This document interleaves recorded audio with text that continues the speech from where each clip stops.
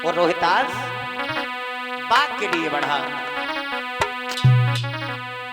के मात की बातन में लडलिया हाथन में कुमार चलो रोहितास मात की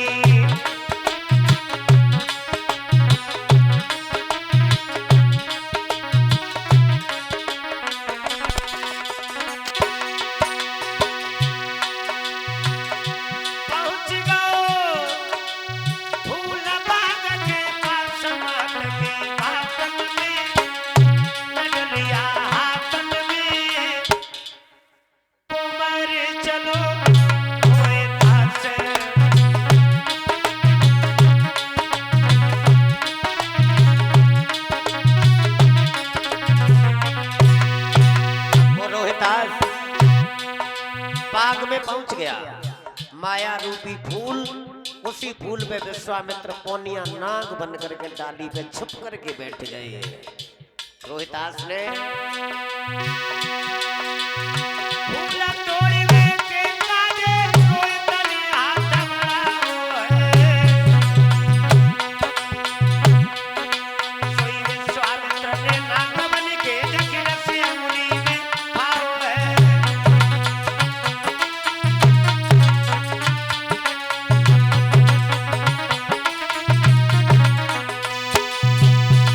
अंगुली में विश्वामित्र ने डस लिया, पछाड़ खा के रोहितास गिर गया। मैया माँ माँ में चल बसा, माँ तुम कहाँ हो? मगर माँ इतनी दूर छूट गई कि पुत्र की आवाज माँ के कानों तक नहीं गई। विश्वामित्र ने काशी की गलियों में आकर के आवाज लगाई, काशी के लोगों, अरे किसी का बहुत छोटा लड़का था, बाग में फूल लेने जाता था, आज उस लड़के को बाग में नाग ने डस लिया है, जिस किसी का हो उठा लाए।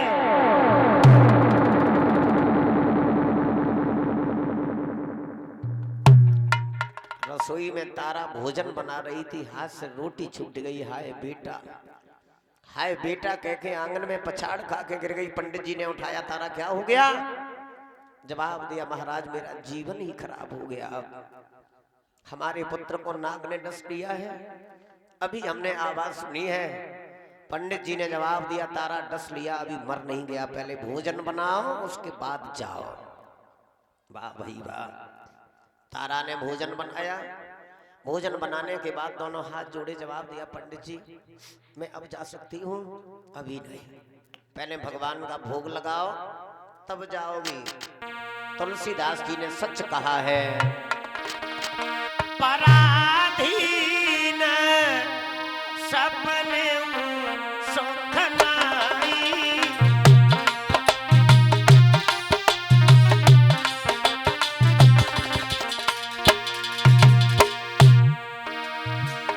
करी विचार देखो मन माही।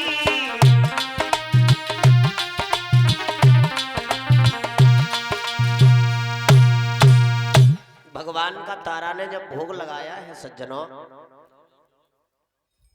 तो तारा ने भगवान से एक कामना की है, प्रभु आखिरी घड़ी हमारे पुत्र से दो बातें जरूर करवा देना। नाग ने डस लिया है, ये नाग हमें डस लेता मेरा पुत्र अमर हो जाता, ये हर माँ की इच्छा होती है। संसार में दुख तो बहुत है, मगर पुत्र शोक जैसा शोक कोई बना नहीं है।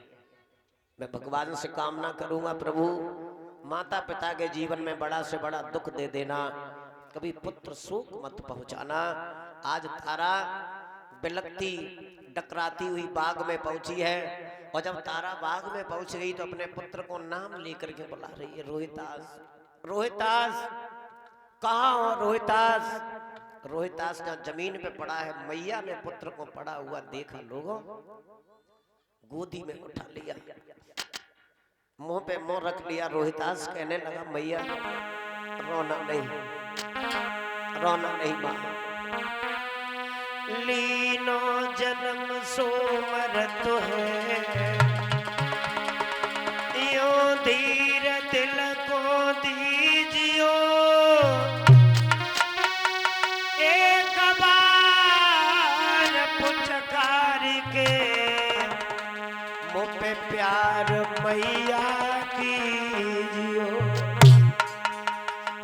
रोने लगी रोहितास, तेरे बिछुड़न को लला मुँह पे दुख सहो नहीं जाए, रात दिन टकराऊंगी जिम बछड़ा बिन गाय, बछड़ा बिनायो गाय सुत बिन मातयों बिल खाती है, गोदी से जिनके सुत चले का बच सके वो मात है। माँ रोने लगी, रोहितास रो करके बोला मैया तुम्हें मेरे प्यार की सौगंध है माँ, सुख दुख की जो कछो कहरी सो मैया मुझसे कह ले।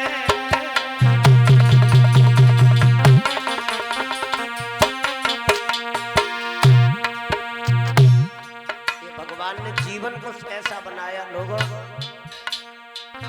जितना भगवान सुख दिखाता है एक क्षण में इतना दुख दे देता है, सुख पे पानी भर जाता है। सुख दुख की जो कछु कहरी मैया मुझसे कह ले, मुझे एक बार पुचकार की गोदी में मैया ले ले। माँ ने गोदी में उठा लिया, रोहितास बोला माँ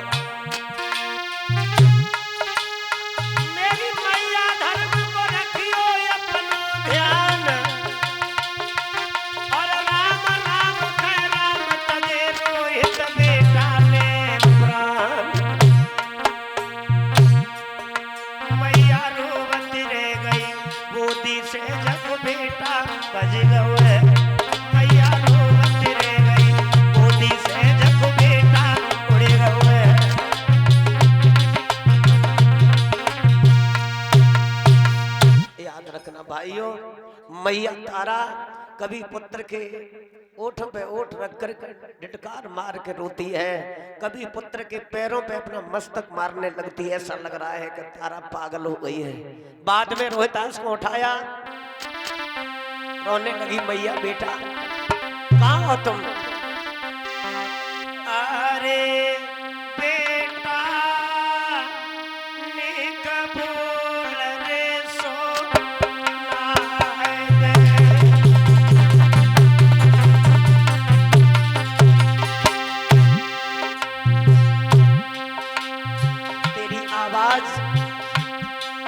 सुनने के बाद मैया की आत्मा भर जाती थी। रोहितास कहाँ चला गया? अरे बछड़ा निकबूल रे सुनाई दे, और जा मैये धीर रे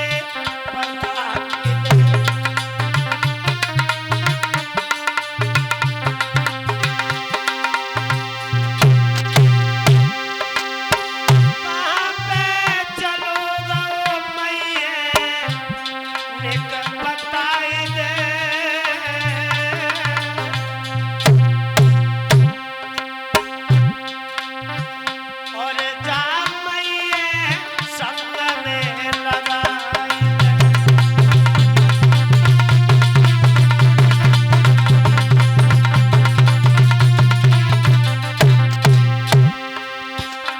तुम्हारे बिन रोहितास अब मैं इस दुनिया में नहीं रहूंगी।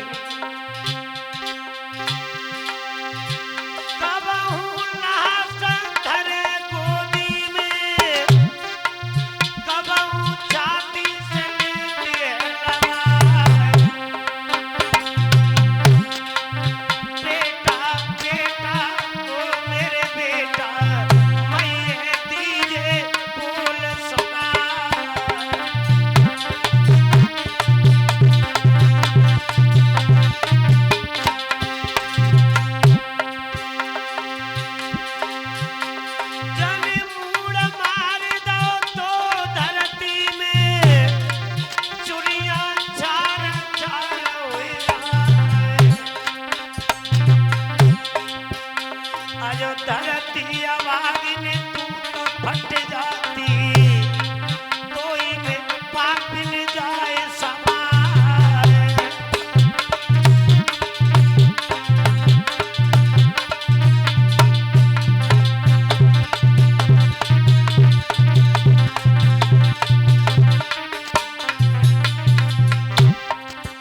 याद रखना भैया, याद बिछुड़े साज की आती है यार गाने के रोज, याद बिछुड़े भैया की आती है जंग जुड़ने के रोज।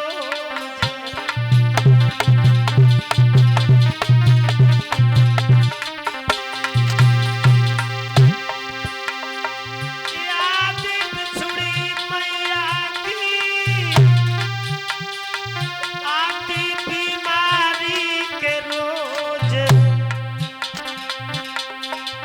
याद बिछुड़ी बहन की आती है रक्षा बंधन के रोज।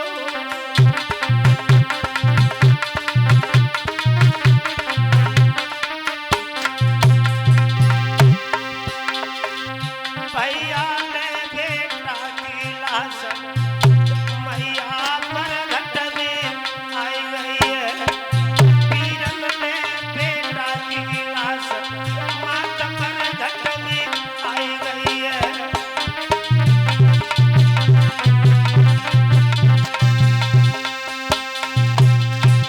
तारा मरघट में पहुंच गई जहाँ हरिश्चंद्र मरघटिया का रूप बना करके खड़े हैं। हरिश्चंद्र ने तारा को देखा है, पूछने लगे तारा किसके पुत्र को उठा लाई हो? तारा ने जवाब दिया पिया ये दूसरे का पुत्र नहीं है, आपका पुत्र है रोहितास। रोहितास नाम जब पूरा निकाला तारा ने मुंह से, शब्द सुनने के बाद हरिश्चंद्र ऐसे गिर जाते हैं जैसे लाठी गिर जाती हो, मरघट में गिर गए, बेहोश हो गए। होश आया है, एक ही आवाज निकाली तारा पुत्र के चेहरा से साड़ी हटाओ। रोहितास का चेहरा जब देखा तो हरिश्चंद्र ने झपट करके पुत्र के चेहरा को पकड़ लिया और बिलक बिलक करके मरघट में आंसू बहने लगे। न कोई समझाने वाला है, एक तरफ पत्नी रो रही है, एक तरफ राजा हरिश्चंद्र। बाद में तारा ने सर उठा करके अपनी गोद में रखा है और हरिश्चंद्र ने पुत्र के पैर उठा करके अपने माथे से लगा लिए। उस मरघट में हरिश्चंद्र ने एक ही आवाज लगाई रोहितास। पिता को एक समय का इंतजार होता है, आखिरी घड़ी अगर पुत्र है कंधा लगा करके मरघट में पहुंचाएगा। अब तुम्हारे कोई दूसरा भाई भी नहीं है रोहितास। बेटा तोए मुट्ठी राख बनाए जाते ओ निर्दयी कन्हैया मेरे।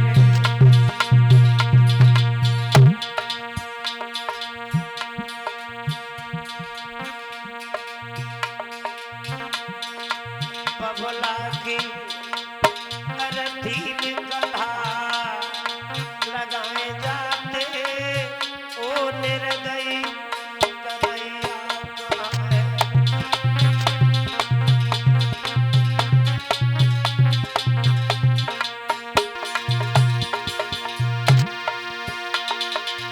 बेटा चलो गो किस्मत फूट गई, आजा जा मरघट में दुनिया बिछुड़ गई। हमको अंतिम अग्नि दे जा तो ओ निर्दयी लाडलू मेरो।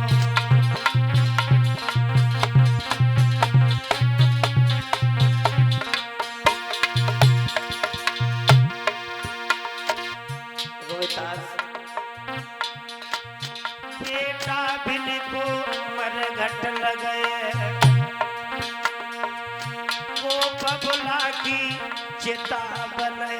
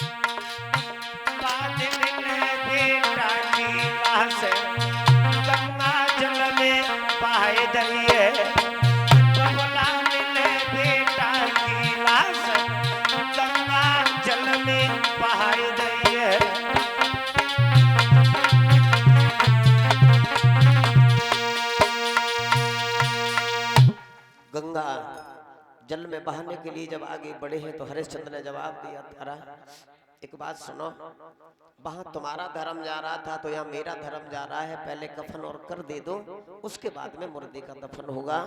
मैया ने अपनी आधी साड़ी फाड़ करके पुत्र पे कफन बना दिया।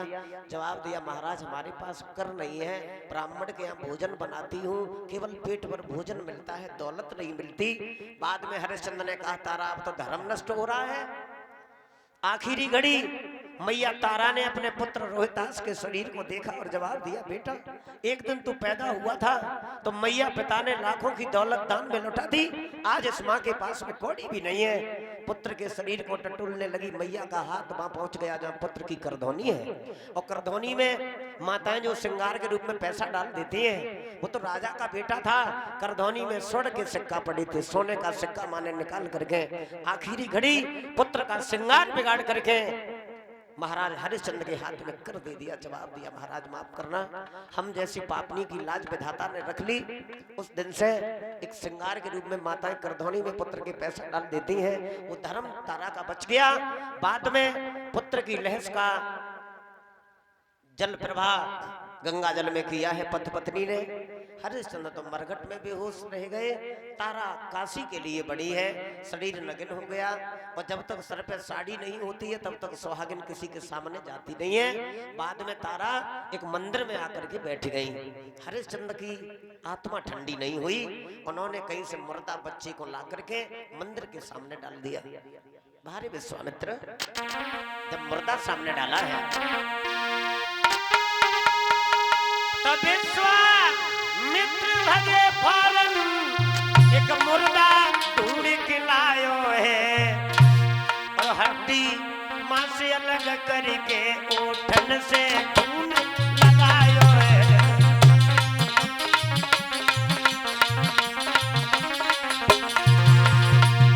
मुर्दा बच्चे का खून अपने हाथों में लगा करके तारा रो रही है। तारा को समझाने लगे विश्वामित्र, और समझाते ही समझाते जने हड्डी मांस अलग करके ओठन से खून लगायो है।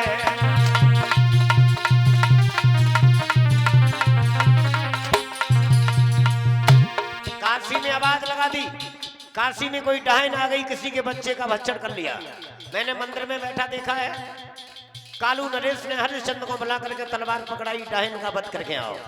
आज पति पत्नी को मारने के लिए बढ़े, बाल पकड़ के मंदिर से बाहर किया, तलवार उठाई, गजब हो गया।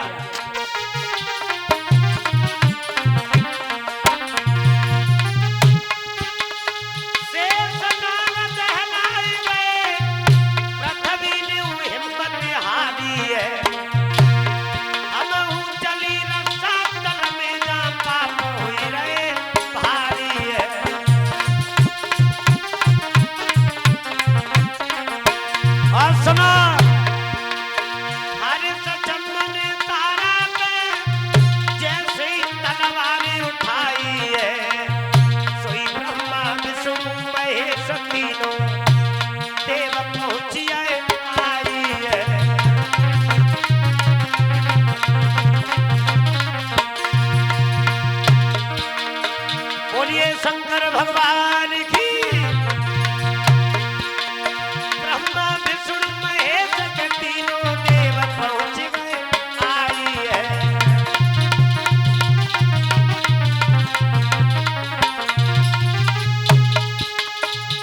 भोले बाबा की राजा की भज की कही कलाई है।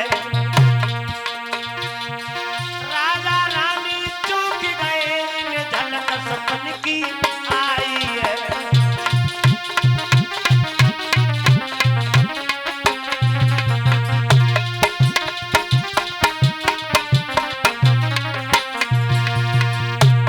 न तो तारा का डायन का रूप रहा और न हरिश्चंद्र का मरघटिया का रूप रहा। शंकर जी ने डमरू बजा करके रोहितास को आवाज लगाई तो रोहितास भगवान के चरणों में गिर गया। बोल गोविंद भगवान की। ऐसा लगा तीनों प्राणी सपना देख रहे हो। हरिश्चंद्र को पकड़ा, विष्णु भगवान ने विश्वामित्र को पकड़ा, इधर आओ। जैसी परीक्षा हरिश्चंद्र की है, ऐसी परीक्षा दुनिया में किसी की करने के लिए विचार मत बना देना, अर्थात परिणाम गलत होगा। वो तो हरिश्चंद्र था जो अब तक झेलता रहा। विश्वामित्र बोले भगवान बाहर में जाए परीक्षा, आज के बाद नहीं। हरिश्चंद्र के हाथ जोड़े पंडित जी ने, जवाब दिया धन्य है बहादुर, तेरे आगे आज मैं हार गया। और इधर ये मामला जैनब छोड़ा, आगे के सुना दे हाथ पुष्पेंद्र यादव भटपुरी वाले। अरे 100 को नोट रहे पठवा, पुष्पेंद्र यादव भटपुरी वाले।